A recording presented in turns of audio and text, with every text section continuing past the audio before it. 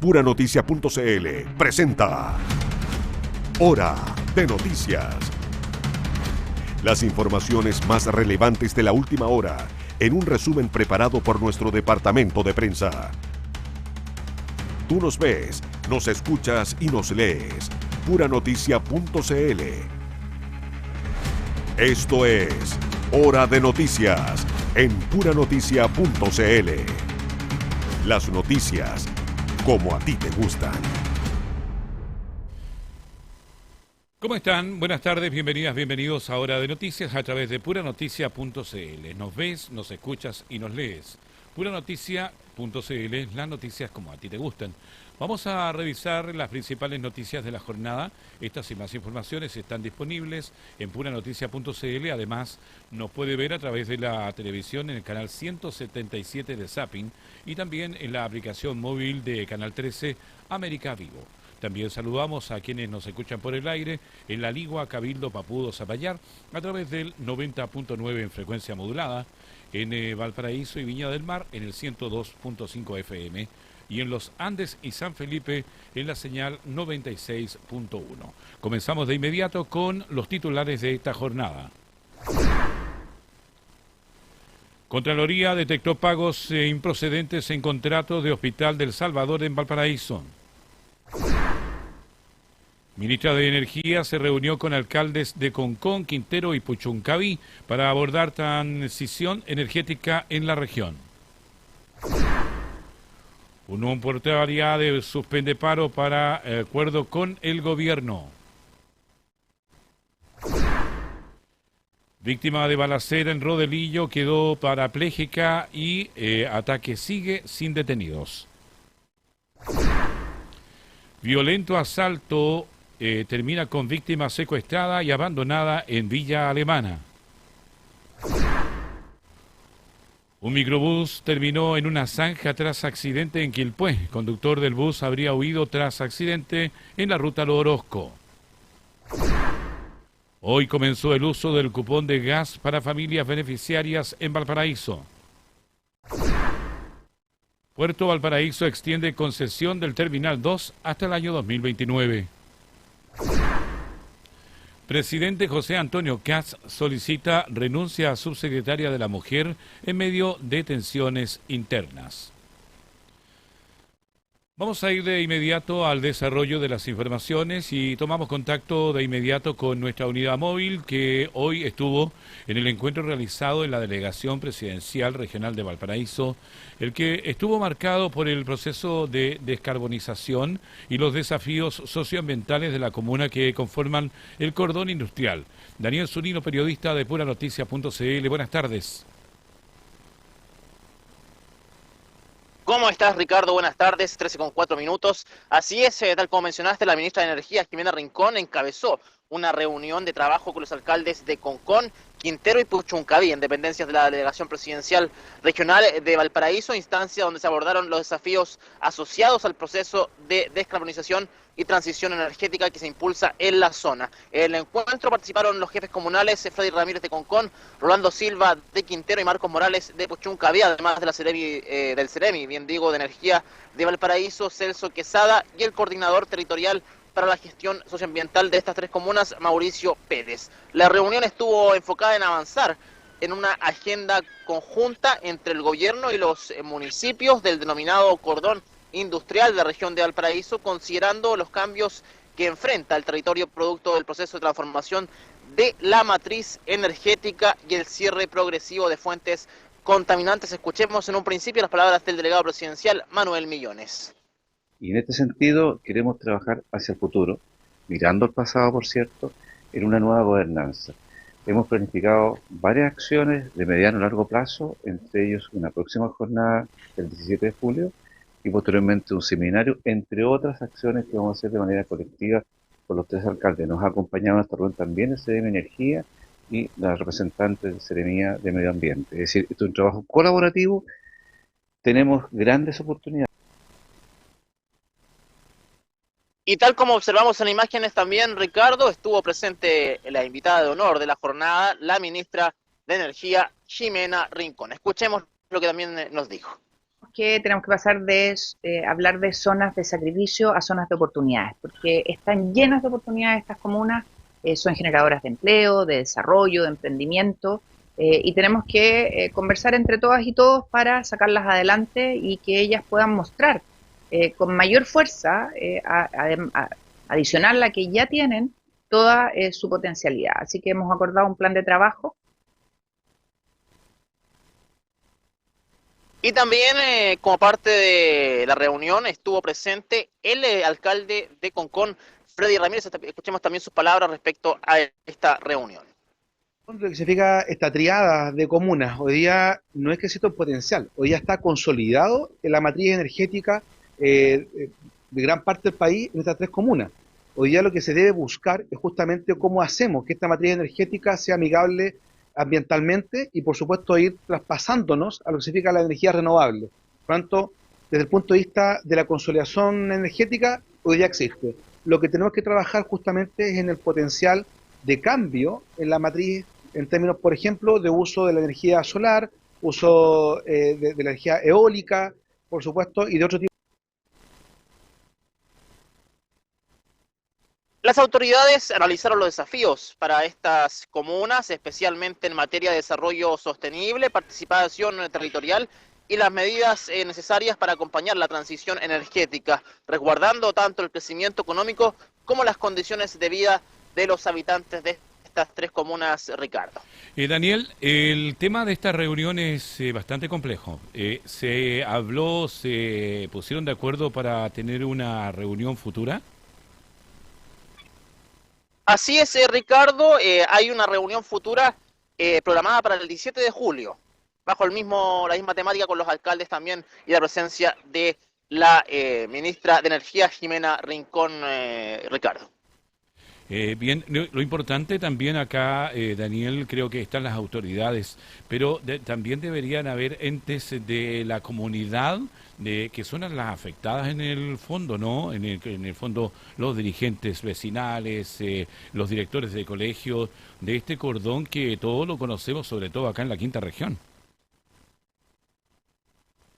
Claro, el tema es que acá se aborda desafíos para descarbonizar la zona también. Da la impresión que estamos yendo a una energía un tanto más limpia y tal como decía también la ministra, son zonas a las cuales hay que, a futuro, quizás quitarle el título de zona de sacrificio para abrir la zona de oportunidades, tal como lo decía la ministra, zona de oportunidades para dar empleo, para optar por energía más limpia, energía eólica, y otro tipo de energía también. Ahí me que quedé pueda pegado, Daniel, yo, garantizar. que lo decía el alcalde de Concón, creo que tenemos zonas acá donde podríamos funcionar con energía eólica y creo que, claro, nos estamos basando en que esta energía comúnmente viene desde la zona norte, pero también sabes que lo veíamos el otro día en un viaje que hicimos a Santiago con nuestro director, la energía solar que está bastante tomada en el sector de la región metropolitana y también en algunas partes de nuestra quinta región. Acá en Tabolango hay una planta de energía solar que también puede ayudar. Yo creo que es importante que vamos cambiando esta clase de energías contaminantes por energías naturales. Así es una oportunidad que se nos da respecto a lo que tú ya también mencionabas, Ricardo, la energía eólica, la energía solar, también energía que de verdad es una oportunidad a nivel país para evolucionar y lo que también se trata acá en esta reunión, la famosa transición energética, sacar energía Daniel, de otras fuentes. Sí. Las autoridades, en este caso la ministra de Energía, la señora Rincón, ¿solamente vino a esta reunión o va a ir a terreno también? Disculpa que te pregunte sin saber si está en la pauta, pero creo que es importante aprovechar la visita de los ministros a nuestra región para mostrarle in situ lo que está sucediendo acá en este cordón contaminante que tenemos en nuestra zona. Dentro de lo que se conversó, Ricardo, la ministra estuvo en el Congreso viendo otros temas. Luego de esa visita al Congreso estuvo en esta reunión. Desconocemos hasta el momento cuál será el itinerario de su visita a la región del país. Desconocemos si se devolverá a la región metropolitana o bien se quedará, tal como tú mencionas, Ricardo, haciendo quizás un recorrido en terreno de lo que es la situación industrial de la región de Valparaíso. Daniel Zúñigo, periodista del equipo de PuraNoticia.cl. Tenemos seguramente un nuevo contacto dentro de los próximos minutos. Así que agradecido por este tiempo. Que esté muy bien, Ricardo. Bien, vamos a otras informaciones. Un duro cuestionamiento realizó la Contraloría Regional al Hospital del Salvador en Valparaíso tras detectar pagos que habrían sido improcedentes en un contrato para la atención de pacientes de salud mental. El organismo fiscalizador estableció que el recinto de salud habría pagado la totalidad de un servicio que no fue ejecutado en su totalidad, situación que motivó la instrucción de un sumario administrativo. La decisión quedó contenida en un oficio emitido el día 16 de junio del año 2026, donde además se ordenó al Servicio de Salud Valparaíso San Antonio iniciar un procedimiento disciplinario para determinar eventuales responsabilidades. El caso se originó a partir de denuncias de funcionarios y dirigentes del establecimiento, quienes advirtieron irregularidades en el pago de un contrato para una residencia protegida de alta intensidad. Según los antecedentes, durante el mes de febrero y el mes de marzo del año en curso, se habían pagado facturas correspondientes a la atención de 10 pacientes, pese a que solo 7 habrían recibido efectivamente el servicio. El hospital defendió los pagos argumentando que el contrato era de suma alzada, por lo que correspondía cancelar el monto total independientemente de variaciones en la cantidad de usuarios atendidos. Sin embargo, la Contraloría desestimó ese criterio, señalando que el pago de recursos públicos debe corresponder a servicios efectivamente prestados y no a prestaciones parciales. El organismo concluyó que el objeto del contrato era la atención efectiva de los pacientes y no solo de la disponibilidad de cupos, instruyendo además la adopción de medidas correctivas y la entrega de informes en un plazo de 15 días hábiles. La Confederación Unión Portuaria de Chile informó oficialmente la suspensión del paro nacional que había sido convocado para este jueves 18 de junio. La decisión fue adoptada tras la negociación sostenida con el gobierno, instancia en la que, según la organización, se dieron por cumplidas las principales demandas planteadas por los trabajadores. A través de una declaración pública, la entidad señaló que se verificó el cumplimiento total de los requerimientos presentados durante el proceso de diálogo con las autoridades. Con ello, se resolvió poner término al estado de alerta que había sido declarado días antes y sin dejar efecto las medidas de represión y presión a nivel nacional. El anuncio marca un giro respecto de la postura inicial del gremio, que a comienzo de semana había convocado a una paralización acusando falta de respuesta del Ejecutivo. En este contexto, los dirigentes portuarios habían manifestado su preocupación por compromisos pendientes en materia como pensiones de gracia y beneficios para viudas del sector. Tras las nuevas conversaciones, la Confederación aseguró que las materias en conflicto fueron resueltas de manera satisfactoria, permitiendo destrabar el conflicto. Finalmente, la organización valoró la capacidad de coordinación interna entre los sindicatos y expresó su disposición a continuar el diálogo con las autoridades en futuras materias del sector portuario. A más de 2 semanas del ataque armado que conmocionó a Valparaíso, la investigación con respecto a la balacera en Rodelillos continúa sin responsables identificados. Mientras la PDI mantiene las diligencias para esclarecer los hechos, se conoció que uno de los sobrevivientes sufrió una lesión medular irreversible que le provocó paraplegia. Sin personas detenidas, continúan las investigaciones por la balacera ocurrida la noche del 3 de junio en el Cerro Rodelillo, en la parte alta de Valparaíso. El caso es indagado por la Brigada de Homicidios de la Policía de Investigaciones en coordinación con el Ministerio Público, organismos que buscan identificar a los responsables del ataque. El hecho dejó 2 mujeres fallecidas y 6 personas heridas de diversa consideración, generando gran conmoción entre los vecinos del sector. Entre los sobrevivientes que permanecen hospitalizados se encuentra Miguel Carvajal, de 54 años, quien sufrió graves lesiones producto de los disparos. Según se informó, el hombre presentó una lesión medular que derivó en paraplegia, convirtiéndose en una de las consecuencias más severas de este ataque. También continúan internados Jordán Jofré, de 19 años, quien resultó herido en la zona abdominal, y Eduardo Hermosilla, de 73 años, que sufrió una fractura expuesta en una de sus piernas. En tanto, otras 3 personas lesionadas ya fueron dadas de alta o abandonaron el hospital Carlos Van Buren tras recibir atención médica. Recordemos que la balacera ocurrió cuando desconocidos realizaron múltiples disparos desde un vehículo en movimiento, causando la muerte de 2 jóvenes mujeres y dejando una serie de víctimas que aún enfrentan las secuelas del violento episodio. Un violento robo con características de secuestro es investigado por la Policía de Investigaciones tras un hecho ocurrido en la comuna de Limache. La víctima se encontraba en su domicilio ubicado en el sector Valle Verde Mar cuando un grupo de sujetos ingresó de manera ilegal a la vivienda. Una vez en el interior, los delincuentes intimidaron al propietario y comenzaron a recorrer las distintas dependencias en busca de dinero en efectivo y objetos de valor. Al no encontrar el dinero que esperaban obtener, los antisociales incrementaron la violencia, manteniendo bajo amenaza al dueño de casa mientras continuaban revisando el inmueble. Durante el atraco sustrajeron teléfonos celulares, un computador portátil y diversas pertenencias personales. Además, los responsables se apoderaron de una camioneta Ford Escape perteneciente a la víctima, vehículo que utilizaron para concretar su huida. Antes de abandonar el lugar en Limache, obligaron al afectado a subir al móvil y lo trasladaron contra su voluntad hasta la comuna de Villa Alemana. El hombre fue dejado posteriormente en la calle Cádiz, mientras que el avalúo de las especies robadas supera los 13 millones de pesos. La Brigada Investigadora de Robos de la PDI realiza diligencias para identificar y detener a los responsables. Un accidente de tránsito se registró durante la tarde de este lunes en la ruta Lo Orozco, en la comuna de Quilpué. El hecho ocurrió a la altura del sector Los Molles, específicamente en la intersección de la ruta F40 o 740, camino que conecta a la hacienda con Las Palmas. De acuerdo con los antecedentes preliminares, el conductor de un microbús de la línea 103 perdió el control del vehículo por causas que aún no han sido determinadas.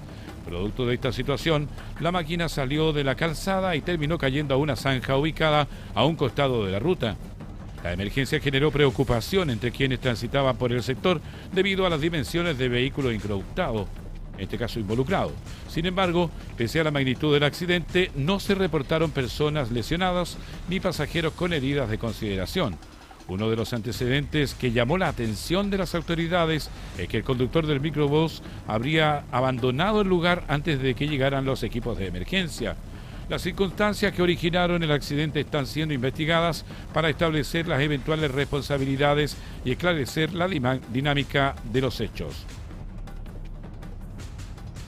Miles de hogares de la región ya pueden acceder al beneficio estatal destinado a aliviar los gastos de calefacción durante el invierno. Desde este miércoles comenzó la utilización del cupón de gas licuado, aporte que busca apoyar a las familias más vulnerables frente al aumento de los costos energéticos. Desde este miércoles 17 de junio comenzó la utilización del cupón de gas licuado para las familias beneficiarias de la región de Valparaíso. La medida forma parte del Plan Chile Sale Adelante y contempla un aporte único y extraordinario destinado a enfrentar el aumento de los costos de calefacción durante el invierno. El beneficio corresponde a un cupón de 27.000 pesos que puede utilizarse exclusivamente para la compra de gas licuado. Está dirigido a hogares que pertenecen hasta el 80% más vulnerable del registro social de hogares, según información vigente al 16 de abril del 2026. De acuerdo con cifras entregadas por las autoridades, más de 480.000 personas en la región ya realizaron la activación del beneficio. La Seremi de Gobierno de Valparaíso, Rosario Pérez, destacó que se trata de una ayuda concreta para apoyar la economía familiar en una época de mayor consumo energético. Esta es una ayuda concreta que busca apoyar la economía familiar y entregar mayor tranquilidad a los hogares de nuestra región, especialmente en una época donde el consumo energético aumenta significativamente. Como gobierno seguimos trabajando para que los apoyos lleguen de manera oportuna y efectiva a quienes más lo necesitan.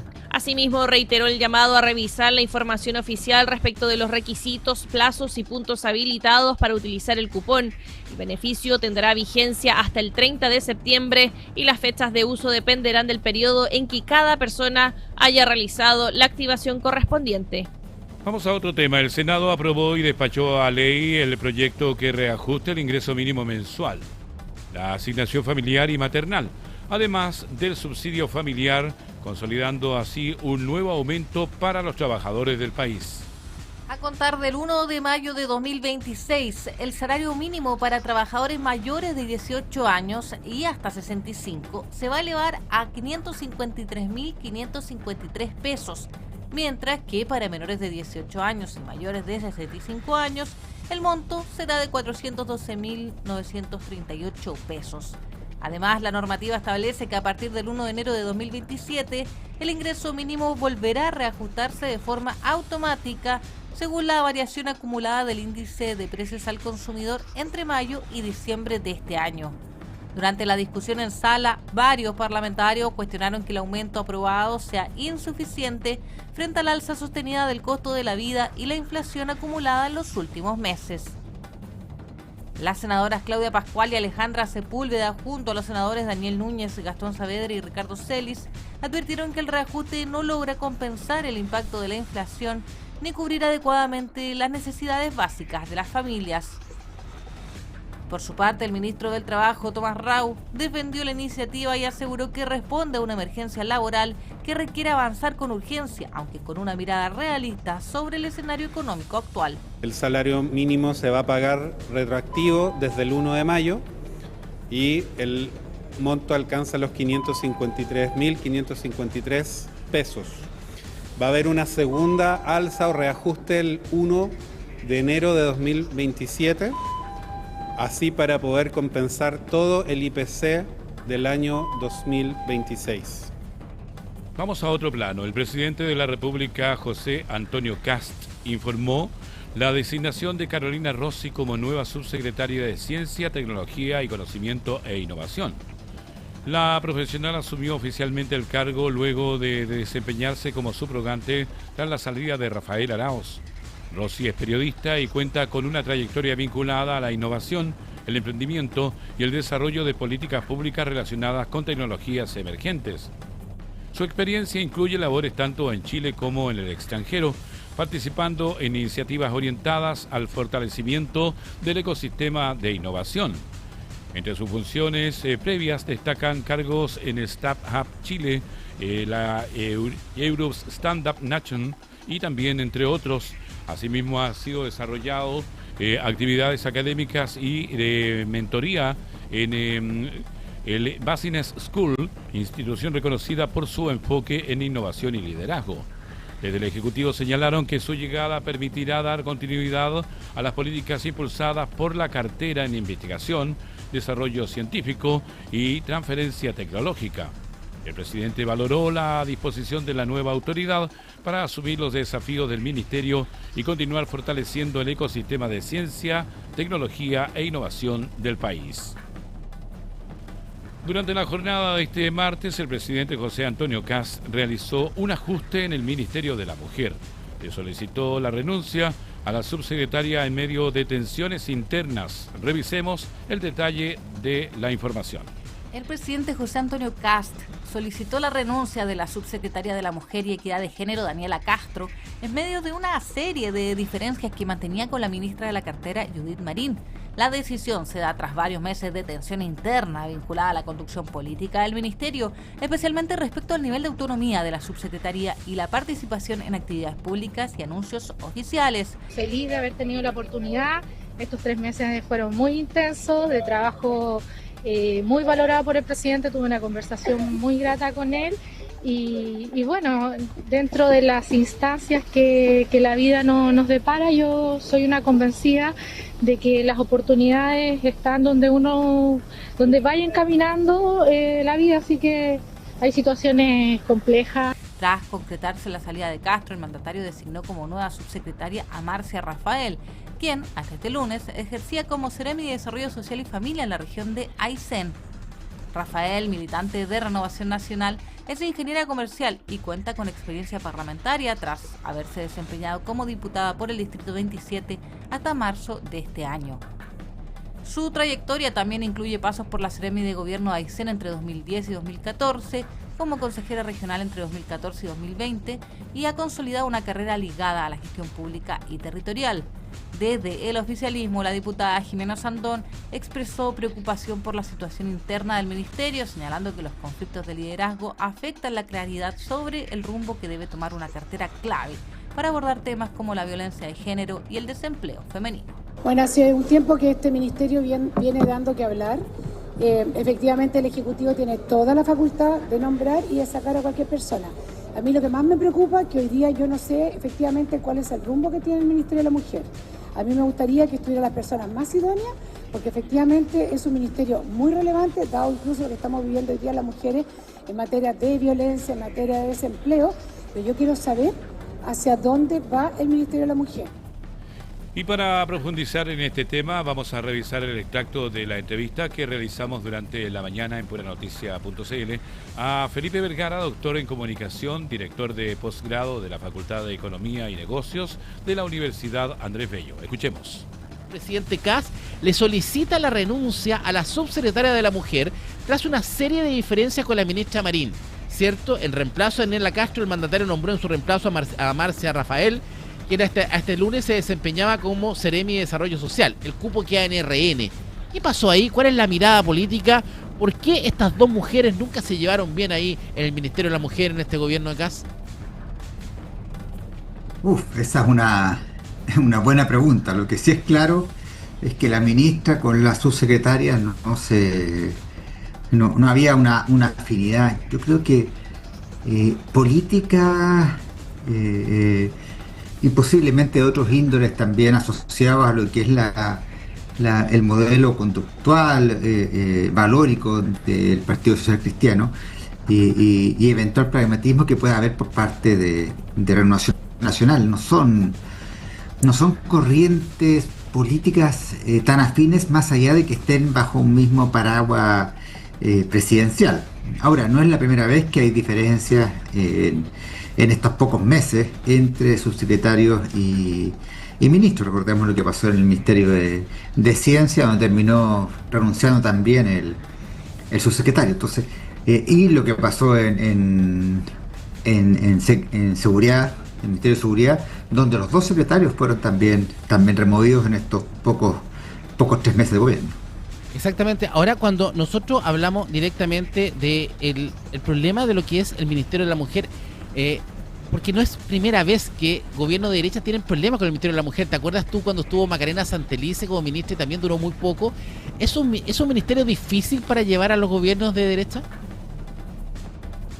Es bien difícil, porque valóricamente, y respetando su punto de vista, ellos no comulgan de ciertos principios más actuales que van asociados al rol de la mujer. Entonces yo deduzco que eso genera ciertas diferencias. Recordemos que en la historia han sido contrarios a la ley del divorcio, han sido contrarios a la ley de aborto en las 3 causales, han sido contrarios a temas de paridad de género, contrarios al feminismo como se concibe hoy día, a la equidad. Entonces es difícil llevar un ministerio de la mujer con un rol empoderado de las mujeres, que es algo en lo que creo yo, y espero no generar suspicacia, creo que es algo en lo que no creen. Recordemos que el presidente Kast en la campaña anterior, en su segunda campaña, planteó eliminar el Ministerio de la Mujer. Yo creo que tienen una mirada de un rol más secundario de la mujer al rol que tiene hoy día. Exactamente, es un rol que de una u otra forma no tiene la misma agenda tomada como lo tenía a lo mejor en los gobiernos de izquierda. Ahora, en este rol de cerca de cuoteo que se da, queda definitivamente en manos de Renovación Nacional. O sea, aquí claramente en los ministerios, en la subsecretaría, hay cuoteo político en este gobierno, sí o sí. No se está eligiendo a los mejores, se le está a cada partido su cuota de poder, ¿o no? Claro, por lo menos en estos ministerios, porque tenía entendido y había trascendido que en el fondo el ministro elegía a sus subsecretarios. Pero me parece que eso da para partidos un poco más grandes. El Partido Social Cristiano posiblemente no tiene a alguien de peso para asumir el rol de una subsecretaría, y eso terminó, lo mismo pasó en seguridad, y eso hace que, claro, los partidos se impongan, y en este caso logre RN mantener esta cuota de poder en una subsecretaría que nos hace mucho más sentido para RN, para el contexto actual, con Paulina Núñez, que se autodefine, por ejemplo, como feminista, que a un partido social cristiano con lo que eso, con la carga valórica y religiosa que tiene dicho partido, muy vinculado al mundo evangélico, que, siendo respetable, muy respetable, no es afín necesariamente a lo que es hacer política y a lo que es un ser Estado. Estamos en Hora de Noticias a través de puranoticia.cl. Hacemos el primer alto de la jornada y estamos de vuelta con más informaciones. Espérenos. Estamos presentando Hora de Noticias. Estamos presentando Hora de Noticias. Bien, ya estamos de vuelta en Hora de Noticias a través de puranoticia.cl. Usted nos ve en la televisión, nos escucha en la radio, nos lee en la web. Las noticias como a ti te gustan.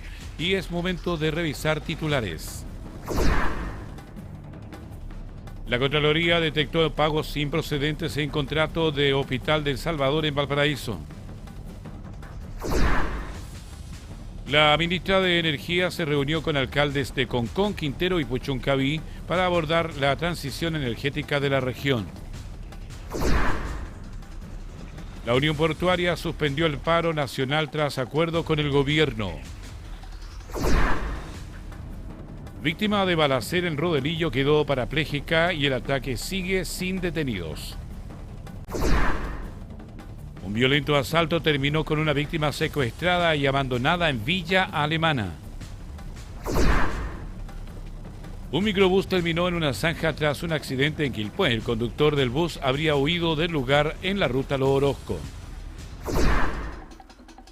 Hoy comenzó el uso del cupón de gas para familias beneficiadas en Valparaíso. El puerto de Valparaíso extendió la concesión del Terminal 2 hasta el año 2029.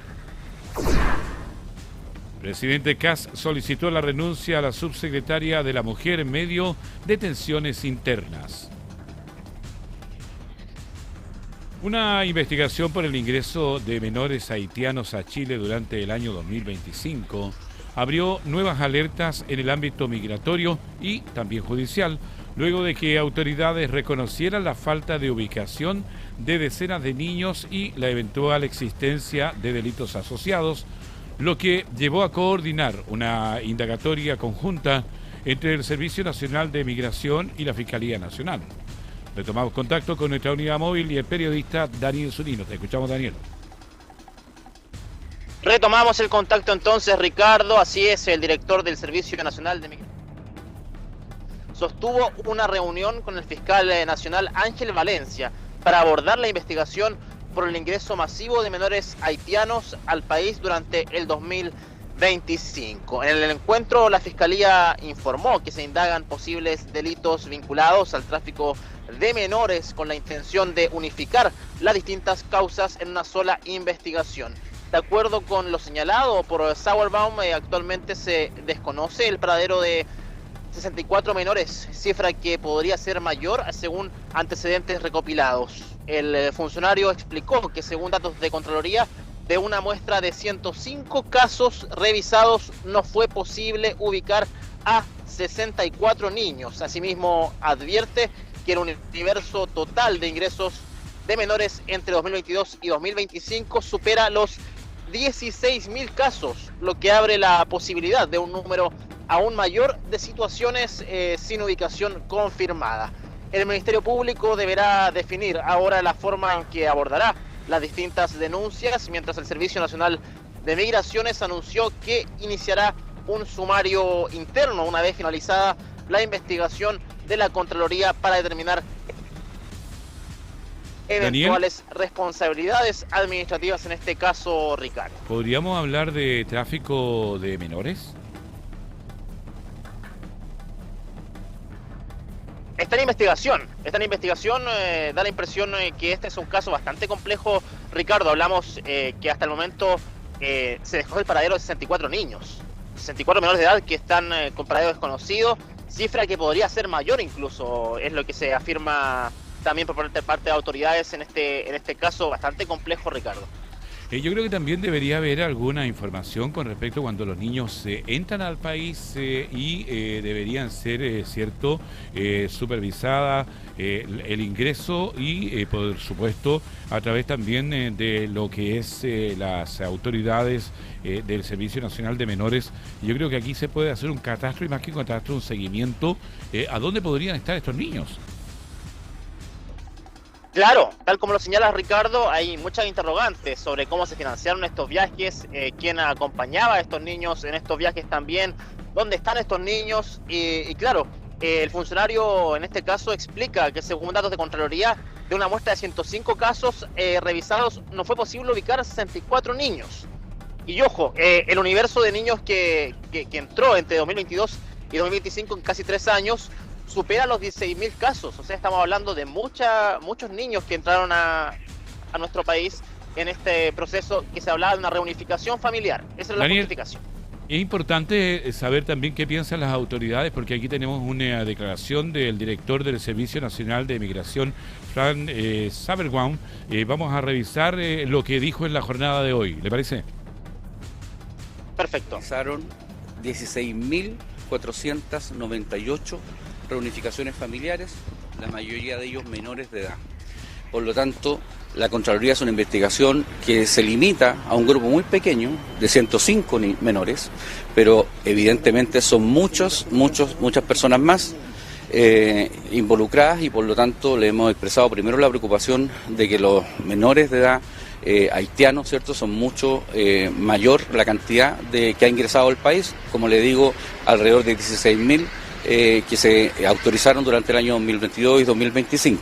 Además, le hemos expresado y entregado una serie de documentos nuestra preocupación respecto de si la posible flexibilización que se hizo el año 2024 para que estos niños ingresaran con mayor facilidad producto de la situación irregular que vivía Haití, produjo una entrada masiva de menores de edad, ¿cierto?, perdiendo el control absoluto.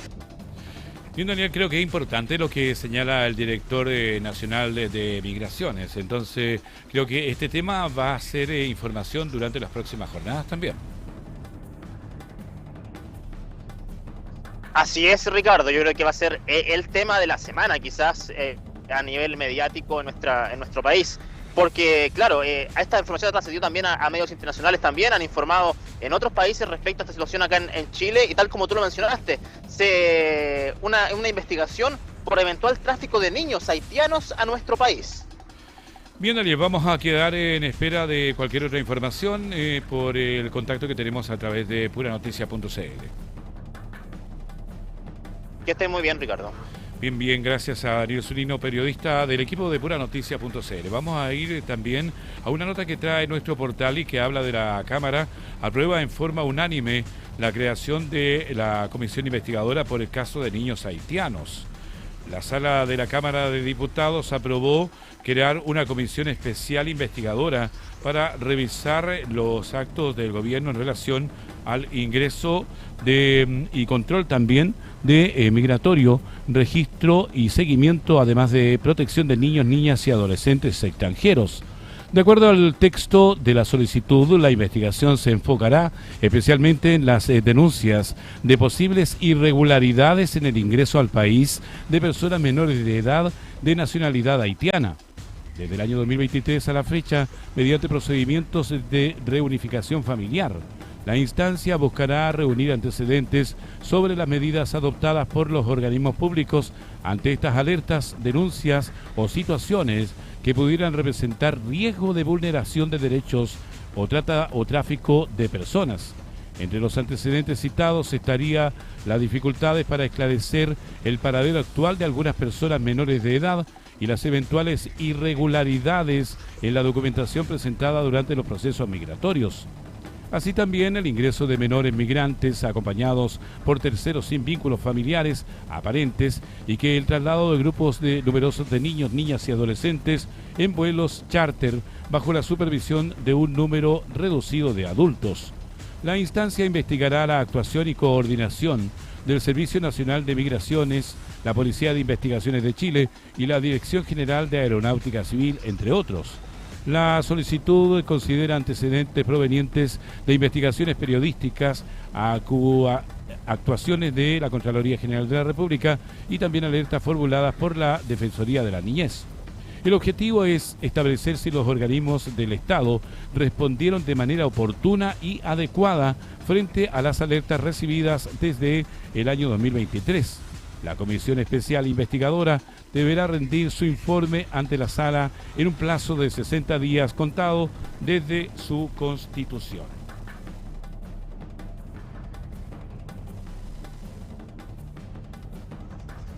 Vamos a otras informaciones. La empresa portuaria de Valparaíso y Terminal Portuario de Valparaíso firmaron la extensión de la concesión del Terminal 2 del puerto hasta el mes de diciembre del año 2029, asegurando la continuidad operativa del espigón durante los próximos años. El acuerdo contempla la mantención de las operaciones en los sitios 6, 7 y 8 bajo las condiciones actuales, entregando estabilidad al sistema logístico portuario, a los trabajadores y a los usuarios que dependen de este terminal para el comercio exterior. La extensión fue validada previamente por el Tribunal de Defensa de la Libre Competencia, que concluyó que la medida es compatible con la normativa vigente y no representa riesgos para la libre competencia. La concesión original del Terminal 2 vencía en marzo de 2027, por lo que este nuevo acuerdo permitirá garantizar la operación mientras se prepara la futura licitación de largo plazo para la ampliación portuaria. El presidente del directorio de Puerto Valparaíso, Gonzalo Ledantec, destacó que la medida otorga certezas al sistema portuario y permite avanzar hacia una nueva concesión que incluirá obras de ampliación e integración con la ciudad. Desde TPB, su presidente Matías Lazo valoró la extensión como una señal de confianza para seguir fortaleciendo la operación del terminal con foco en eficiencia, seguridad y desarrollo sostenible del puerto. Vamos a otro tema porque la Cancillería chilena activó una ofensiva diplomática internacional para reforzar la candidatura de Valparaíso como sede de la Secretaría Ejecutiva del Acuerdo BBNG, también conocido como Tratado de Alta Mar de Naciones Unidas. El secretario general de Política Exterior, Frank Tressler, sostuvo una reunión telemática con embajadores chilenos en el extranjero para entregar lineamientos y coordinar apoyos a la postulación nacional como sede de la Secretaría Ejecutiva del Acuerdo, también conocido como Tratado de Alta Mar de Naciones Unidas. Desde Cancillería destacaron que Valparaíso cuenta con ventajas estratégicas, científicas y logísticas para albergar esta oficina internacional, considerando además la experiencia de Chile como sede de organismos de Naciones Unidas. El jefe de la División de Medio Ambiente, Cambio Climático y Océanos, Julio Cordano, subrayó que la propuesta busca ofrecer una secretaría eficiente, transparente y con altos estándares de gestión.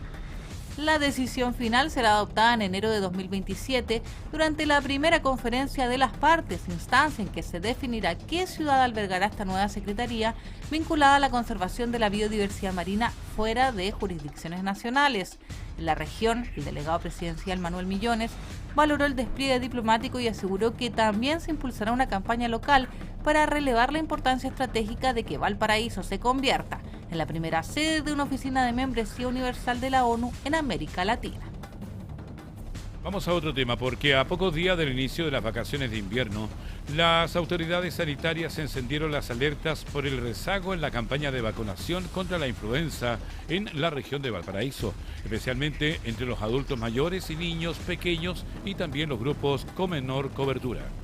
La región de Valparaíso registra un avance del 71,7% en la campaña de vacunación contra la influenza, cifra que se mantiene por debajo del promedio nacional que alcanza un 74%. La principal preocupación de las autoridades se concentra en los adultos mayores y los niños entre 6 meses y 5 años, que presentan las coberturas más bajas de inmunización. En el caso de las personas mayores, el avance llega a un 56,8%, mientras que los menores de 5 años alcanza un 62,5%. La Seremi de Salud, Mariol Luan, señaló que la meta regional es alcanzar un 85% de cobertura, por lo que llamó a reforzar la vacunación y los grupos de mayor riesgo. La verdad es que estamos preocupados porque nuestros índices de vacunación a nivel regional están bajos. Nuestra meta es un 85% y llevamos apenas un 71,7%. Y en las personas mayores, que son los más frágiles, junto con los niños menores de 5 años, es donde más bajo estamos, bajo el 60%. Ya en el caso de las personas mayores vamos en un 56,8%. Tenemos una brecha muy importante, ya estamos atrasados. Hace unas semanas atrás decíamos, aún estamos a tiempo. Bueno, ya no estamos a tiempo. Así que esa es la principal mensaje que les quiero dejar. La autoridad destacó que se han implementado medidas para fortalecer la atención de salud, incluyendo la ampliación de horarios en centros asistenciales y un mayor énfasis en la atención de enfermedades respiratorias. Asimismo, reiteró la importancia de mantener medidas preventivas como el lavado frecuente de manos y el uso de mascarilla en caso de presentar síntomas respiratorios. Desde el gobierno y los municipios también realizaron un llamado a la comunidad a aprovechar los más de 180 vacunatorios disponibles en la región para acceder a la inmunización gratuita. Según el último reporte epidemiológico, el rinovirus lidera actualmente la circulación viral en la región con un 53% de los casos detectados, seguido por la influenza con un 19%, escenario que refuerza la necesidad de aumentar la cobertura antes del receso escolar de invierno. Fin. Estamos en Hora de Noticias a través de puranoticia.cl. La región de Valparaíso concentra cerca del 8% de los inscritos a nivel nacional en la PAES de invierno, cuyos resultados estarán disponibles el próximo 17 de julio. Con un total de 2.701 personas inscritas, la región de Valparaíso participa desde este lunes en la rendición de la PAES de invierno 2026, una instancia que se va a extender hasta el miércoles 17 de junio, esta jornada que permite a egresados de enseñanza media mejorar sus puntajes de cara al proceso de admisión 2027. La cifra posiciona a la zona entre las de mayor participación a nivel país, concentrando cerca del 8% de los 34.324 postulantes inscritos en todo Chile, en una aplicación que sigue consolidándose como alternativa para quienes buscan ampliar sus posibilidades de ingreso a la educación superior. Desde la Seremi de Educación destacaron que esta evaluación entrega mayor flexibilidad a los postulantes porque permite rendir nuevamente una o más pruebas y postular posteriormente con la mejor combinación de puntajes obtenidos. A nivel nacional, esta versión marcó un récord histórico de participación con un alza de 7,2% respecto del proceso del año pasado. Además, más del 72% de quienes hoy rinden esta prueba ya habían participado en la PAES regular de diciembre y buscan ahora mejorar sus resultados. Las autoridades llamaron a las y los estudiantes a enfrentar la evaluación con tranquilidad y recordaron que los resultados van a ser publicados el próximo 17 de julio, fecha clave considerando que las inscripciones para la PAES regular cierran el 22 del mismo mes. Dar la tranquilidad de que este es un proceso largamente preparado, con mucha rigurosidad.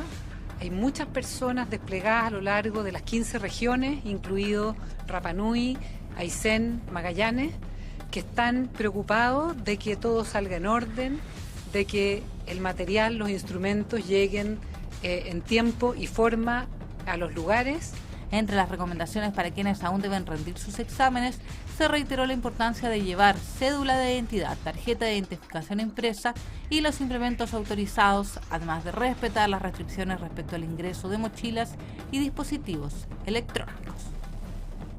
En otro tema, la ministra de Energía, Jimena Rincón, aseguró que el proyecto de ley destinado a mitigar las próximas alzas en las cuentas de electricidad está prácticamente terminado y podría ingresar al Congreso durante la próxima semana.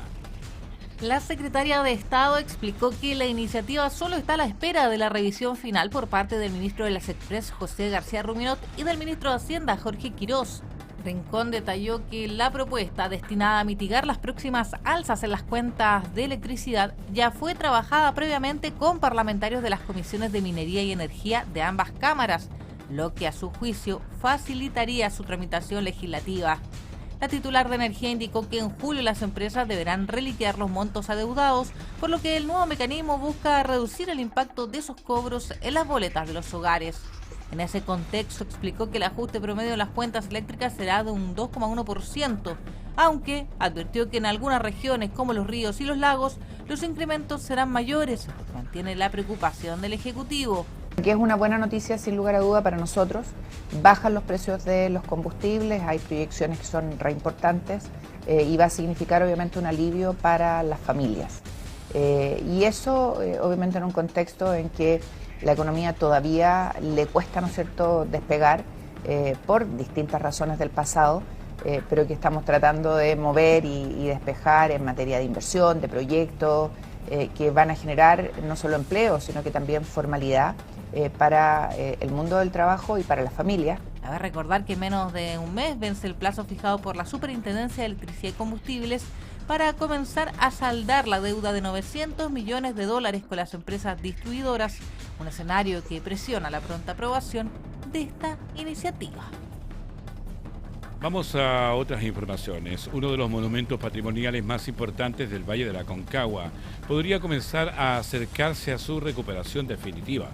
Autoridades regionales y comunales comprometieron gestiones para agilizar el proyecto de restauración de la iglesia San Francisco de Asís en el sector de Curimón, cerrada desde hace más de una década por años y por daños estructurales. La recuperación de la iglesia San Francisco de Asís de Curimón sumó un nuevo avance tras una visita realizada por autoridades regionales y comunales al recinto patrimonial. El templo, construido durante el siglo XVIII por la Orden Franciscana, es considerado uno de los principales símbolos históricos y religiosos del Valle de la Aconcagua. Su estructura ha sufrido un progresivo deterioro a lo largo de los años, situación agravada por los efectos de diversos terremotos que afectaron la zona. Debido a los daños estructurales, la iglesia permanece cerrada al público desde 2010, a la espera de una restauración integral. Durante el recorrido, las autoridades revisaron el estado actual del inmueble y analizaron los próximos pasos para concretar la recuperación tanto de la iglesia como del convento. El Seremi de Desarrollo Social y Familia, Nicolás Cerda, destacó la relevancia histórica del lugar y comprometió esfuerzos para acelerar el avance de la etapa de diseño del proyecto. Bueno, sabemos que este lugar tiene un peso y relevancia histórica importantísimo para nuestro país. Jugó un rol clave, sobre todo para el Ejército Libertador, previa a la batalla de Chacabuco. Y además el presidente Arturo Alessandri Palma visitó este lugar tras ser electo presidente. Además está el sitial de él ahí, probablemente debe haber hecho alguna manda. Es un pedazo de historia muy importante para nuestra patria. Además, que tenemos la obligación de protegerlo y restaurarlo.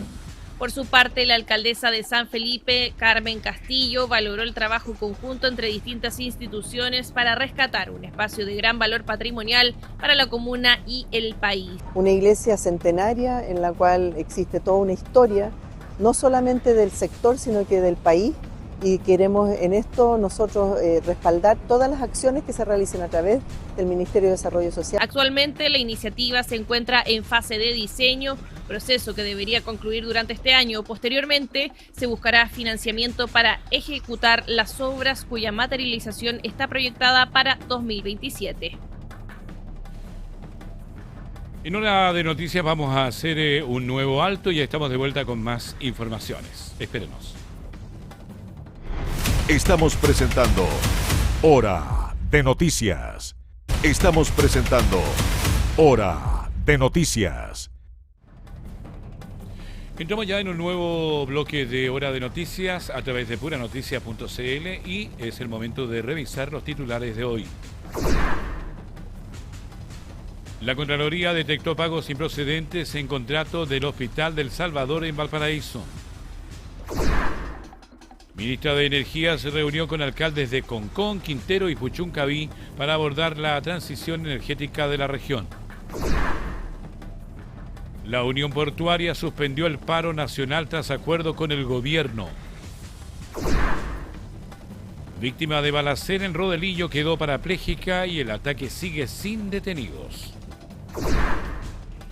Un violento asalto terminó con una víctima secuestrada y abandonada en Villa Alemana. Un microbús terminó en una zanja tras un accidente en Quilpué. El conductor del bus habría huido del lugar en la ruta Lo Orozco. Hoy comenzó el uso del cupón del gas para familias beneficiadas en Valparaíso. El puerto de Valparaíso extendió la concesión del Terminal 2 hasta el año 2029. El presidente José Antonio Kast solicitó la renuncia a la subsecretaria de la Mujer en medio de tensiones internas.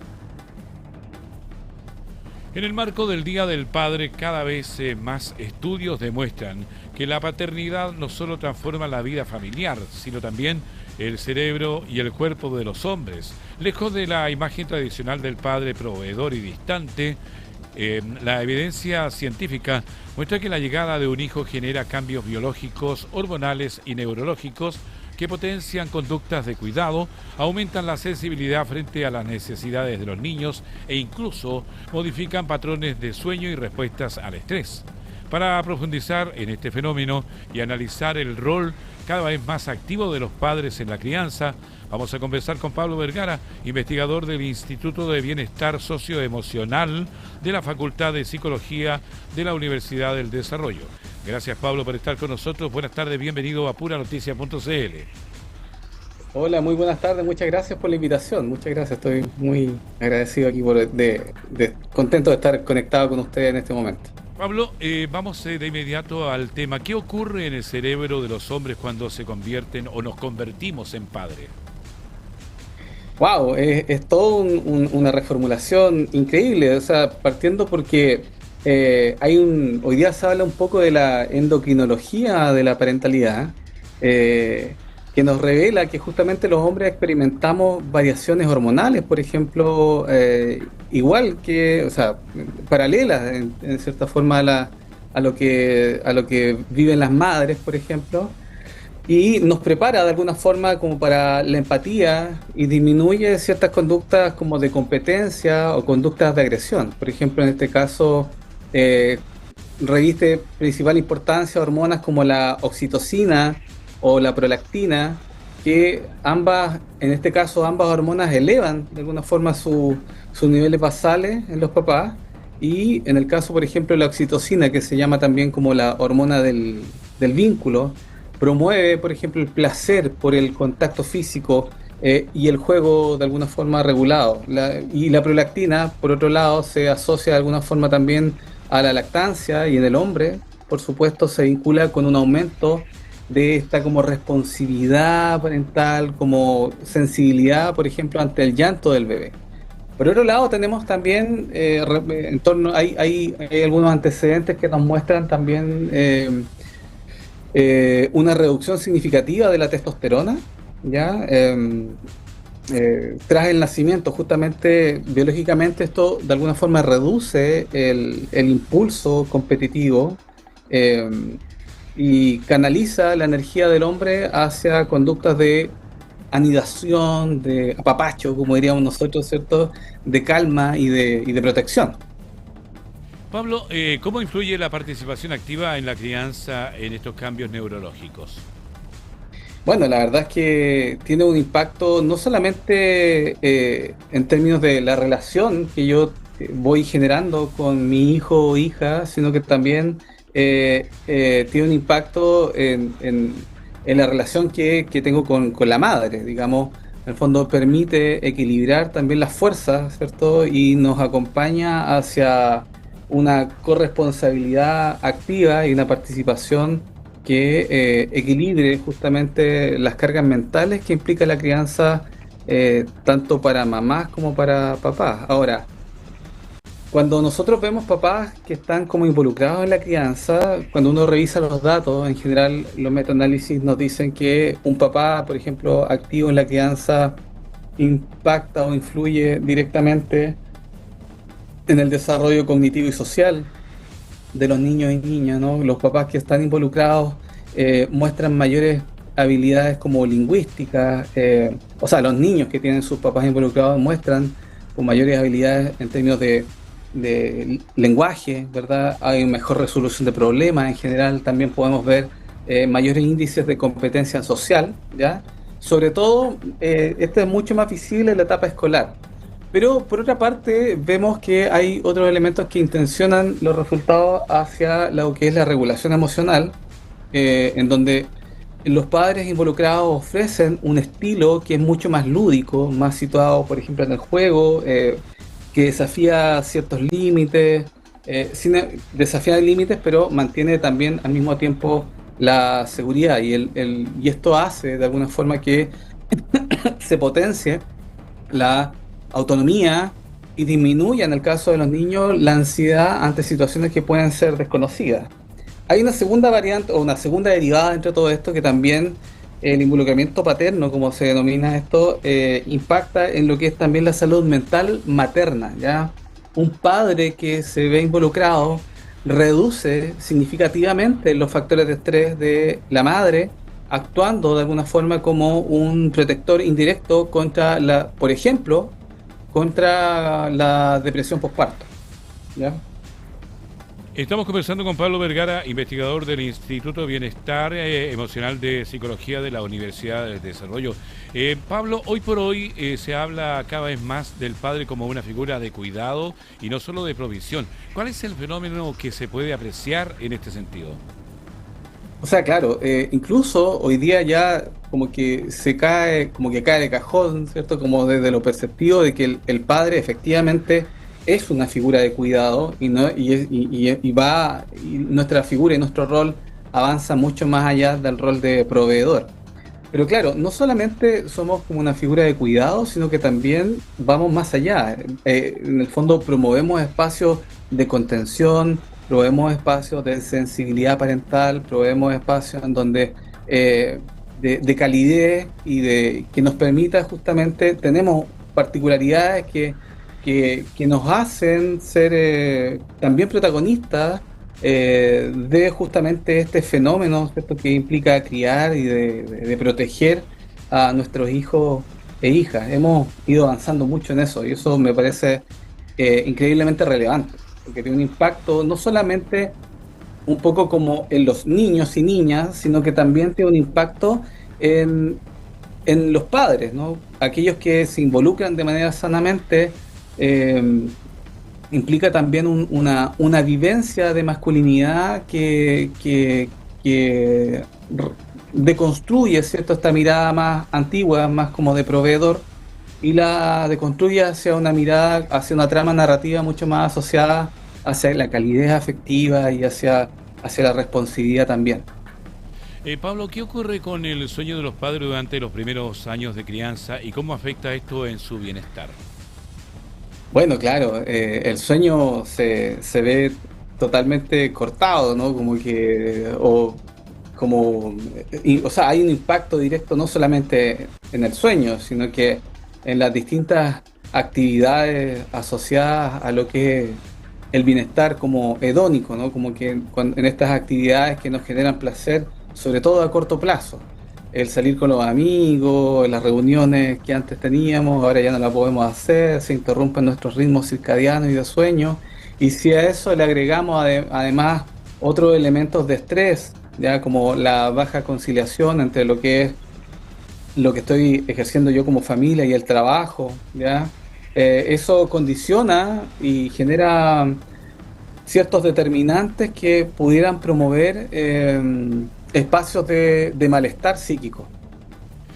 Bien, conversamos con Pablo Vergara, investigador del Instituto de Bienestar Socioemocional de la Facultad de Psicología de la Universidad del Desarrollo. Pablo, ¿qué beneficios tiene para los niños crecer con padres involucrados en su cuidado cotidiano?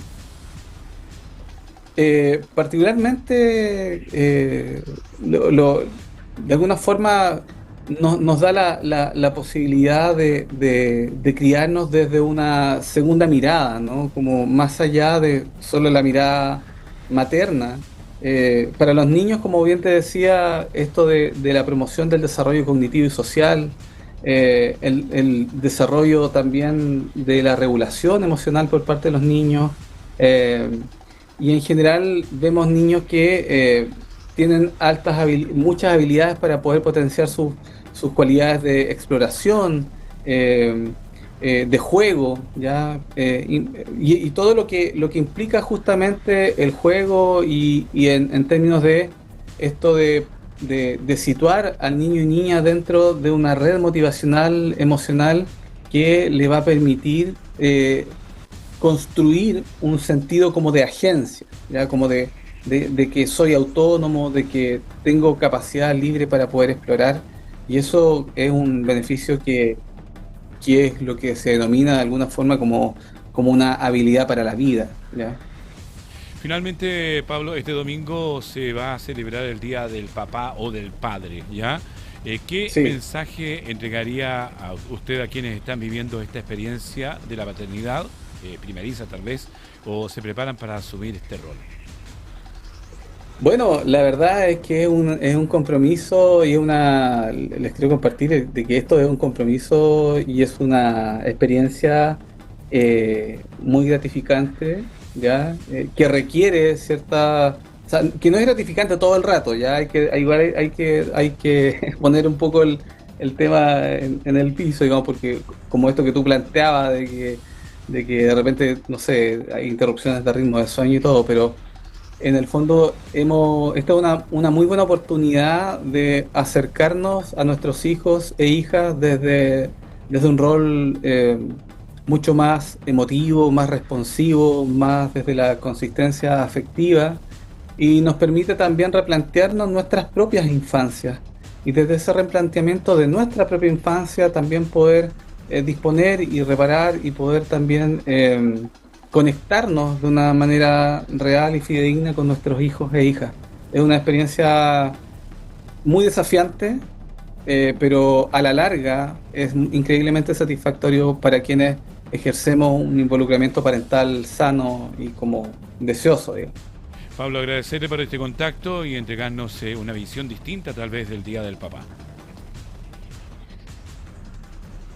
No, muchas gracias a ustedes y espero que nos veamos pronto.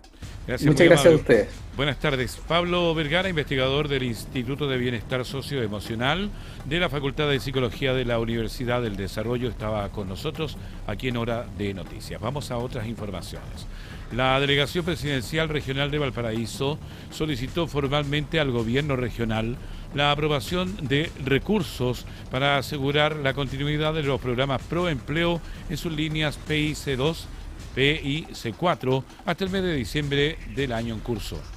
La propuesta contempla una inversión superior a los 4.191 millones y, de ser aprobada por el Consejo Regional, permitiría mantener 1.199 puestos de trabajo de emergencia en distintas áreas, como aseo, mantención, labores administrativas y también cuidado de personas. El oficio surge tras una mesa de trabajo entre la delegación presidencial y el gobierno regional, donde se revisaron y actualizaron los criterios de postulación luego de observaciones formuladas por la Contraloría Regional. El delegado presidencial Manuel Millones explicó que los ajustes buscan garantizar que los beneficiarios no cuenten con otros ingresos y que cumplan con los nuevos requisitos establecidos. El gobierno regional y la Contraloría hicieron algunas observaciones que tienen que ver con criterios. Por ejemplo, que efectivamente estas personas no tengan ningún otro ingreso. También respecto a la edad.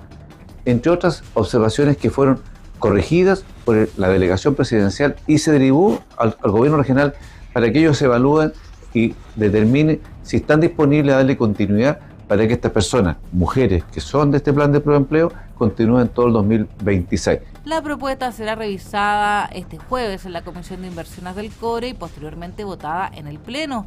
De aprobarse, 367 cupos corresponderán al programa PIC2 y 837 al PIC4, incluyendo jornadas parciales y completas. Actualmente, otros 1.082 empleos de emergencia ya están en ejecución en la región de Valparaíso, financiados por la Subsecretaría del Trabajo, por lo que la aprobación de estos nuevos recursos permitiría ampliar y reforzar la cobertura laboral para mujeres y familias vulnerables. Vamos a otra información, porque el Banco Central dio a conocer su informe de política monetaria del mes de junio, donde redujo la proyección del crecimiento del Producto Interno Bruto BIP para el año 2026. La entidad estimó que la economía chilena crecerá entre el 1% y el 1.7 o 75 el próximo año, rango inferior a la proyectado en marzo, cuando se esperaba una expansión de entre 1,5 y 2,5. Según el organismo, la corrección responde principalmente a los resultados menos favorables observados durante el primer trimestre, especialmente por las perspectivas para el sector minero. En contraste, las proyecciones para los años 2027-2028 fueron revisadas al alza, impulsadas por mejores expectativas para la inversión y la actividad económica. Respecto de la inflación, el informe señala que el alza de los precios observada en los últimos meses se relaciona con el aumento de costos provocado por el conflicto en Medio Oriente, aunque su evolución se ha mantenido dentro de lo previsto. El Banco Central proyecta que la inflación convergerá, o que en este caso, nuevamente hacia el 3% durante el segundo trimestre del año 2027. En paralelo, mantuvo la tasa de interés referencial en un 4.5%, decisión adoptada en la última reunión de política monetaria. El Consejo del Banco Central de Chile decidió de manera unánime mantener la tasa de política monetaria en un 4,5%, en una decisión marcada por la incertidumbre internacional y la evaluación del conflicto en Medio Oriente. El Banco Central explicó que el principal factor de análisis sigue siendo el escenario externo, especialmente por el impacto que ha tenido la alzada del precio del petróleo y la inflación y en las expectativas inflacionarias a nivel global. Pese al reciente acuerdo de cese al fuego entre Estados Unidos e Irán, que provocó una baja en el precio del crudo y una reacción positiva a los mercados, el Consejo advirtió que la situación sigue siendo volátil y requiere monitoreo permanente. En el plano local, el Banco Central reconoció que la actividad económica se contrajo durante el primer trimestre del año con un desempeño más débil de lo esperado, principalmente por el bajo rendimiento de sectores ligados a recursos naturales. Además, se constató un aumento en la tasa de desempleo, junto con una menor creación de empleo y señales de debilitamiento en el consumo de los hogares, aunque el gasto público mostró un mayor dinamismo. Respecto de la inflación, el IPC anual llegó a 3,9% en mayo, impulsado por el alza de los combustibles, mientras que la inflación subyacente se mantuvo en 3,2%. El Consejo reiteró que seguirá evaluando la trayectoria de la economía reunión a reunión con el objetivo de llevar la inflación al 3% en un horizonte de 2 años. Vamos a otro tema. La ministra de Salud, May Chomali, anunció que el gobierno otorgará urgencia legislativa a 2 proyectos orientados a promover la fertilidad y prevenir la infertilidad. La decisión fue informada junto a la presidenta del Senado, Paulina Núñez, y parlamentarios integrantes de las comisiones de salud del Congreso. La medida forma parte de las acciones impulsadas para enfrentar la crisis de natalidad que afecta al país y fortalecer las políticas de salud reproductiva. Una de las iniciativas busca modificar la ley 20.418 para incorporar expresamente la infertilidad entre las materias sobre las que el Estado debe informar, orientar y educar a la ciudadanía. El segundo proyecto propone cambios en el Código Sanitario para incluir la prevención de infertilidad dentro de las prestaciones que puedan realizar los profesionales de la salud. La ministra Chomali sostuvo que la información y el acceso oportuno a exámenes son herramientas fundamentales para que las personas puedan tomar decisiones informadas respecto de sus proyectos de vida y formación de familia.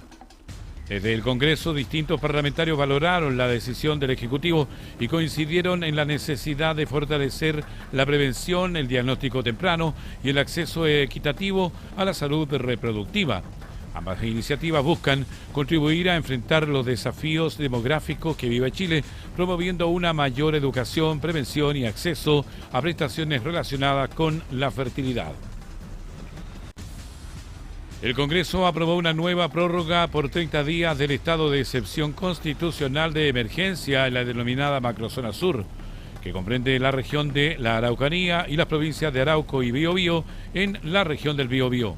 La medida fue respaldada por el Senado con 39 votos a favor y 2 en contra, dando continuidad al estado de excepción constitucional de emergencia en la denominada Macrozona Sur por 30 días más.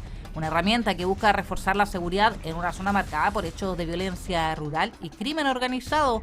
Previo a la votación, el ministro del Interior, Claudio Alvarado, aseguró que desde la implementación de esta medida en 2021 se ha registrado una disminución del 79% en los episodios de violencia rural.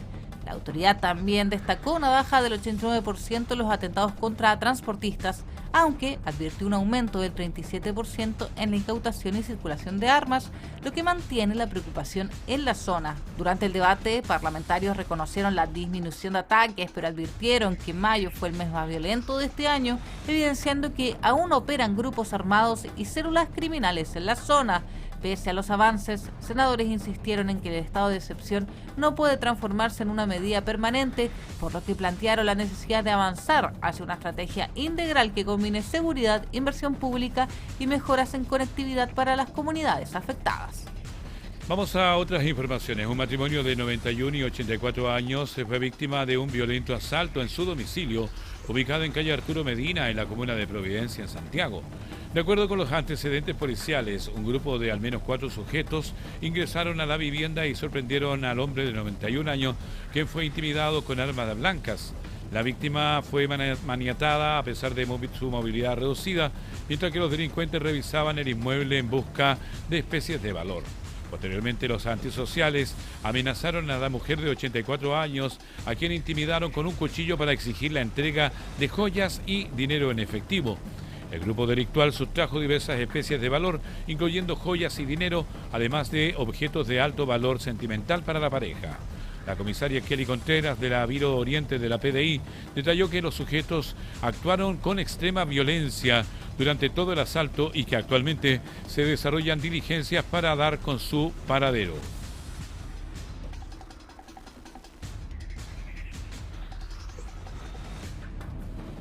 El procedimiento comenzó, esto es con el Ministro de Seguridad, que encabeza el copamiento preventivo en la línea 1 de Santiago. Este es un procedimiento que comenzó cerca de las 6:30 de la mañana en la estación Baquedano, en donde la autoridad abordó un tren con destino a la estación República para supervisar el despliegue policial en terreno. El operativo contempla la presencia de unidades especializadas de carabineros en distintos puntos del trazado, además de refuerzos en paraderos de buses vinculados al sistema de transporte. El ministro Martín Arrau explicó que la intervención busca aumentar la sensación de seguridad entre los usuarios, especialmente en horarios de alta congestión, sin afectar la dotación policial en las labores territoriales. Asimismo, destacó que se trata de servicios focalizados con apoyo de unidades especializadas en el marco de una estrategia para prevenir hechos delictuales en el transporte público. Finalmente, la autoridad señaló que se encuentra en tramitación un proyecto de ley que busca endurecer las sanciones para quienes afecten el funcionamiento del metro y otros sistemas de transporte del país. Vamos a otro tema porque el Servicio Nacional del Consumidor emitió una alerta de seguridad relacionada con reguladores de gas en la marca Mademsa comercializados en nuestro país. La medida fue adoptada luego de que la empresa Electrolux de Chile informara la existencia de un defecto que podría comprometer la seguridad de los usuarios. Según los antecedentes, pruebas realizadas posteriormente a la certificación detectaron que la tapa del regulador podría desprenderse en determinadas condiciones. Esta situación facilitaría eventuales fugas del gas licuado, aumentando el riesgo de incendios, quemaduras o contaminación de gas.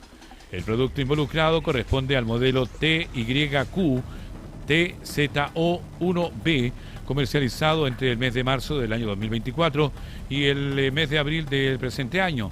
De acuerdo con la información entregada por la empresa, existen más de 10.000 unidades en manos de consumidores y otras 1.201 permanecen en la cadena de distribución.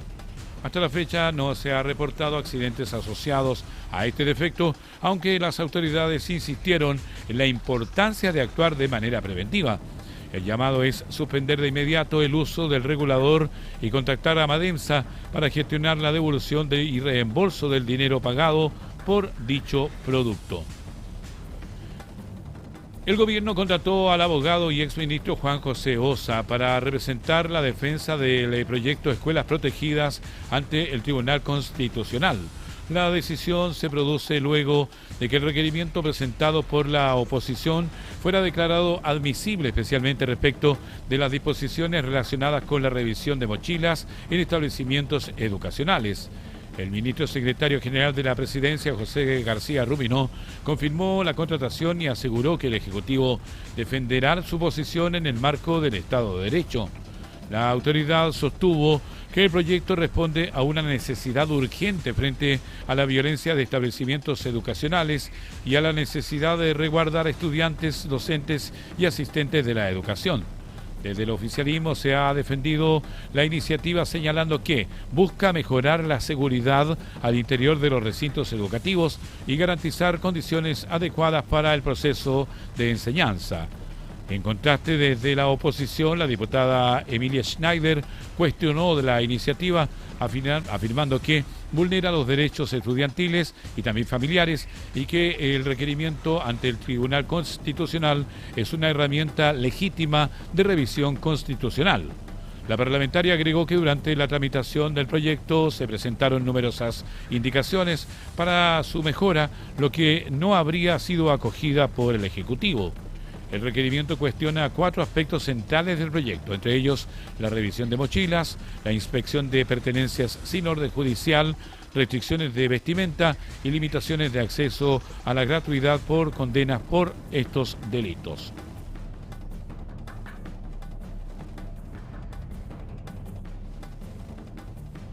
Bien, y estamos preparados para ir a una nueva tanda comercial y ya estamos de vuelta con el último bloque de Hora de Noticias. Ya volvemos. Estamos presentando Hora de Noticias. Estamos presentando Hora de Noticias. Bien, ya estamos de vuelta en el último bloque de Hora de Noticias a través de puranoticias.cl. Nos ves, nos escuchas, nos lees, nos ves en la televisión, nos escuchas en la radio, nos lees en la web. Momento oportuno para revisar lo que está marcando la agenda internacional, porque Brasil golpea nuevamente al clan Bolsonaro con una condena judicial que remece al oficialismo. En Nueva York se aplaza la audiencia contra Nicolás Maduro. Perú sigue atrapado en un estrechísimo conteo presidencial y Medio Oriente intenta sostener una frágil tregua para el acuerdo entre Estados Unidos e Irán. Vamos con todo esto con el despacho internacional que nos trae la periodista Carmen Paz González.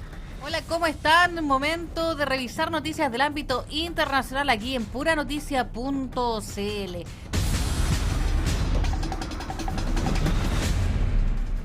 Brasil enfrenta una nueva sacudida política. El Tribunal Supremo condenó a Eduardo Bolsonaro, hijo del expresidente Jair Bolsonaro, a 4 años y 2 meses de cárcel, y es por coacción a la justicia, en una resolución que profundiza aún más la crisis del bolsonarismo. La sentencia fue adoptada por unanimidad por los magistrados, quienes concluyeron que Eduardo Bolsonaro intentó entorpecer activamente la investigación y posterior condena de su padre por el intento de golpe de Estado que remeció al país.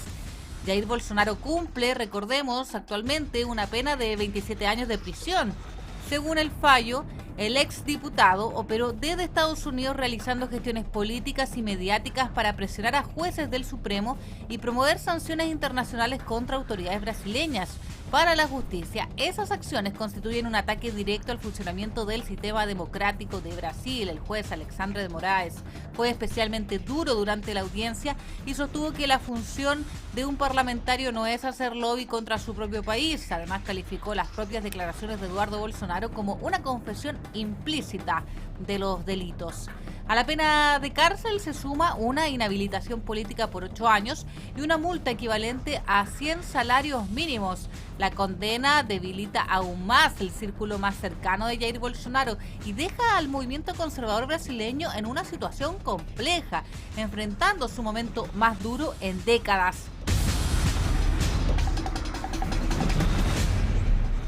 En Perú, en tanto, vamos a cambiar de tema. Revisamos la jornada internacional aquí en puranoticias.cl. La carrera presidencial, fíjense que sigue abierta, aunque con una leve inclinación hacia Keiko Fujimori.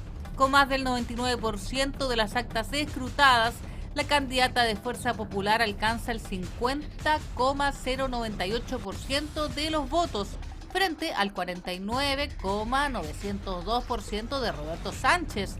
La diferencia es mínima, apenas unas décimas. Esto ha sido ampliamente criticado, pero de todas formas ha ido creciendo en las últimas horas con la incorporación de votos desde el extranjero. Aún así, como les decía, el resultado sigue siendo incierto y no puede proclamarse un ganador definitivo. El principal obstáculo son las miles de actas impugnadas por ambas candidaturas. Cada una va a tener que ser revisada por tribunales electorales especiales y luego validada por el Jurado Nacional de Elecciones, un proceso que podría extenderse hasta mediados de julio. La tensión política es alta y revive una historia repetida en Perú: elecciones extremadamente estrechas, acusaciones cruzadas y las posteriores semanas de incertidumbre. Si Keiko Fujimori confirma la ventaja, sería su cuarto intento presidencial y el primero exitoso.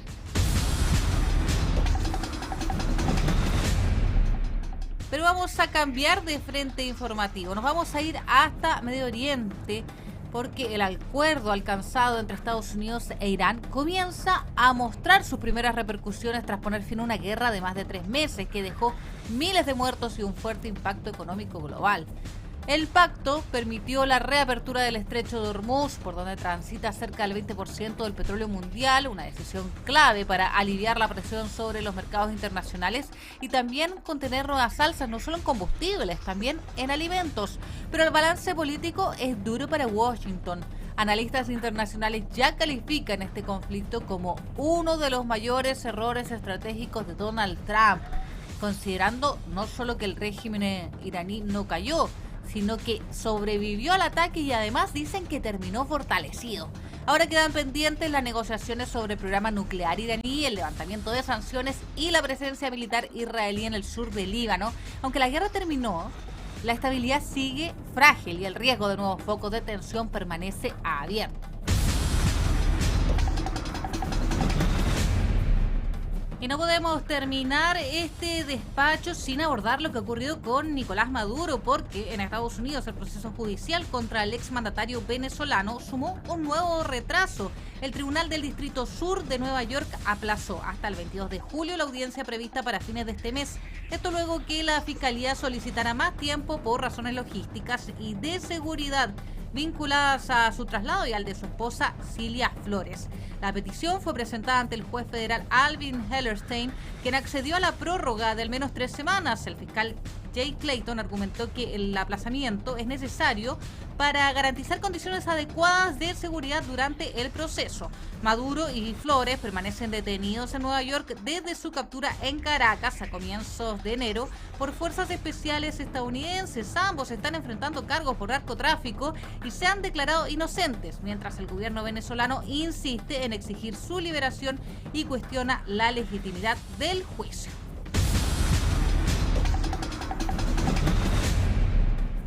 Ahora sí, con esta información dejamos hasta aquí las noticias internacionales que escuchas y ves a través de puranoticias.cl.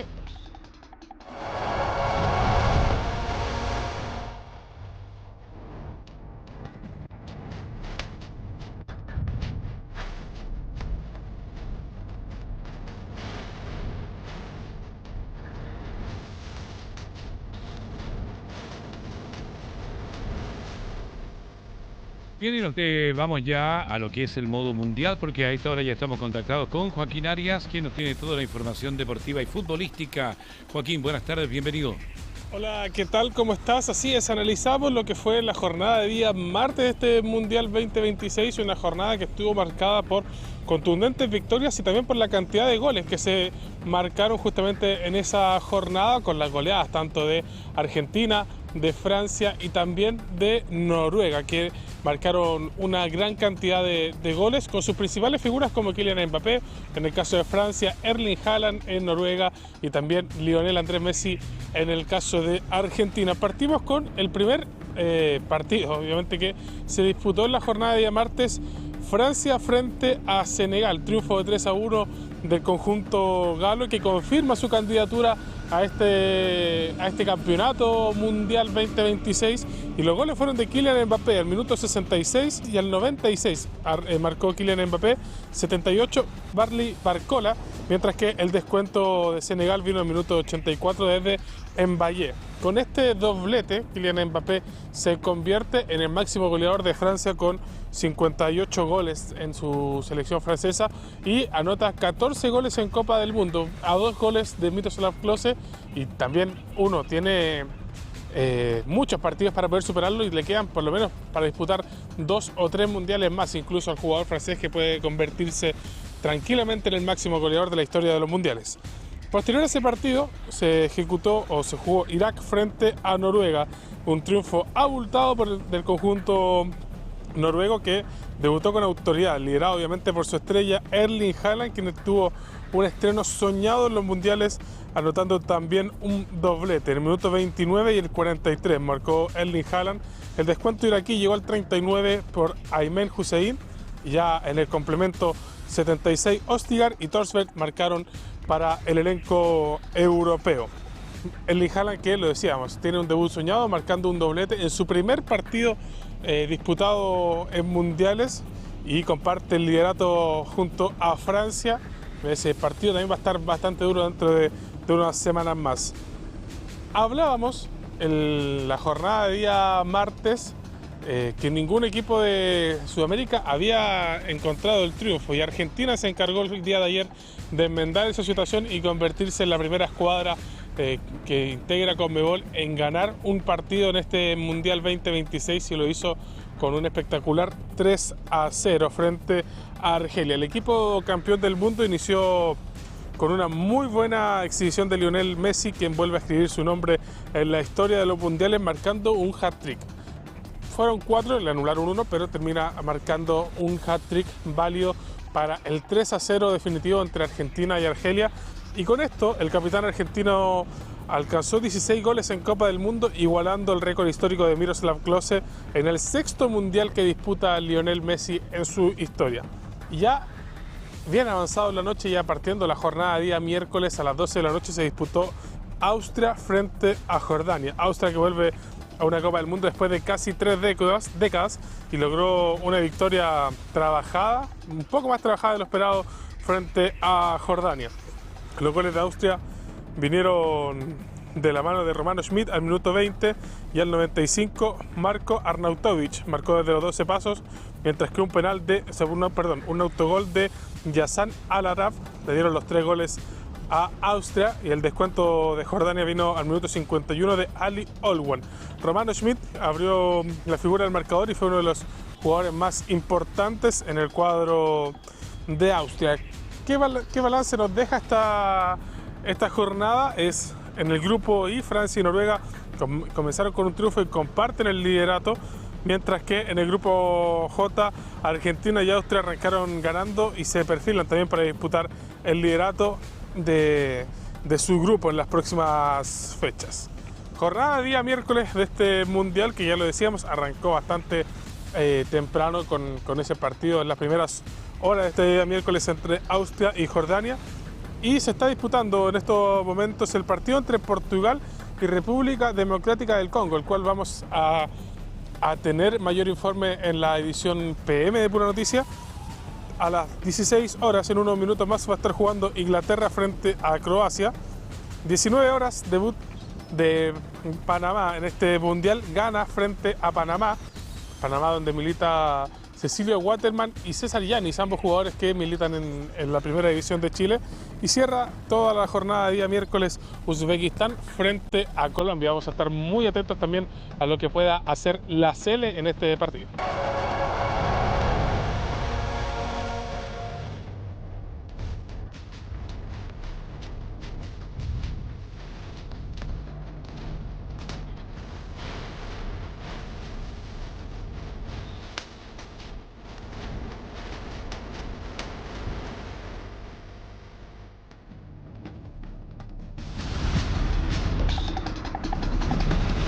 Ahí estábamos en modo mundial con Joaquín Arias, pero seguimos en la misma tónica porque aunque Perú no logró clasificar al Mundial 2026, Paolo Guerrero ha sido parte de diversas actividades organizadas por la Conmebol en Estados Unidos.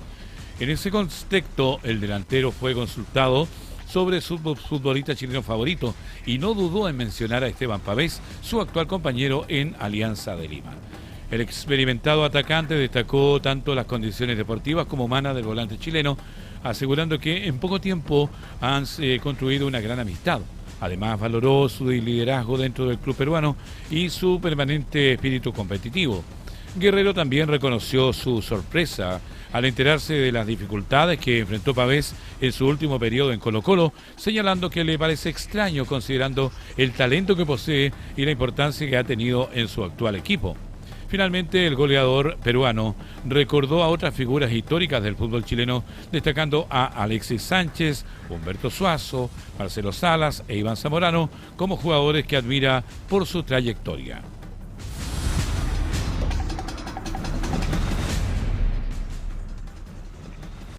El mundo deportivo chileno se encuentra de duelo tras confirmarse el fallecimiento de Hans Marwitz a los 85 años. El reconocido relator enfrentaba complicaciones de salud que se habían agravado durante las últimas semanas. Conocido cariñosamente en el medio como El Gringo, desarrolló una extensa y destacada carrera en los medios de comunicación, transformándose en una de las voces más reconocidas del periodismo deportivo nacional. A lo largo de su trayectoria trabajó en importantes medios como Canal 13, Radio Cooperativa, Radio Bio Bio, Radio Nacional de Chile, Radio Chilena, en donde participó en la cobertura de grandes eventos deportivos nacionales e internacionales. Marwitz compartió transmisiones con figuras históricas como Julio Martínez, Alberto Fuyú, Néstor Isela, consolidando un legado que lo convirtió en referente obligado de la narración deportiva en Chile.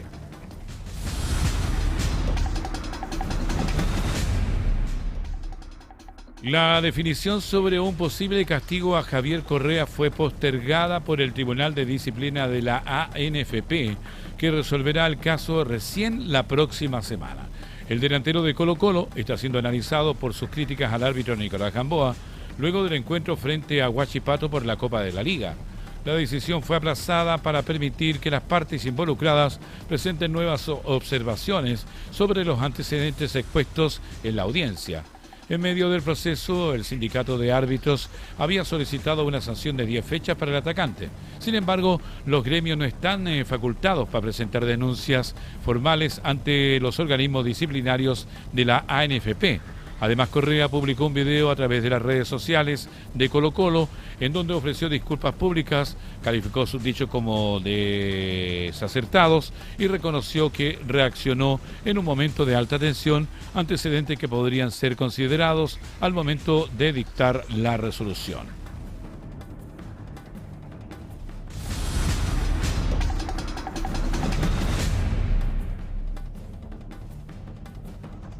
Estamos llegando ya al final de nuestra jornada de Hora de Noticias, pero antes de despedirnos vamos a revisar los titulares de hoy. La Contraloría detectó pagos improcedentes en contrato del Hospital El Salvador de Valparaíso. Ministra de Energía se reunió con alcaldes de Concón, Quintero, Puchuncaví para abordar la transición energética de la región. La Unión Portuaria suspendió el paro nacional tras acuerdo con el gobierno. Víctima de balacera de Rodelillo quedó parapléjica y el ataque sigue sin detenidos. Un violento asalto terminó con una víctima secuestrada y abandonada en Villa Alemana. Un microbús terminó en una zanja tras un accidente en Quilpué. El conductor del bus habría huido del lugar en la ruta Lo Orozco. Hoy comenzó el uso del cupón de gas para familias beneficiarias en Valparaíso.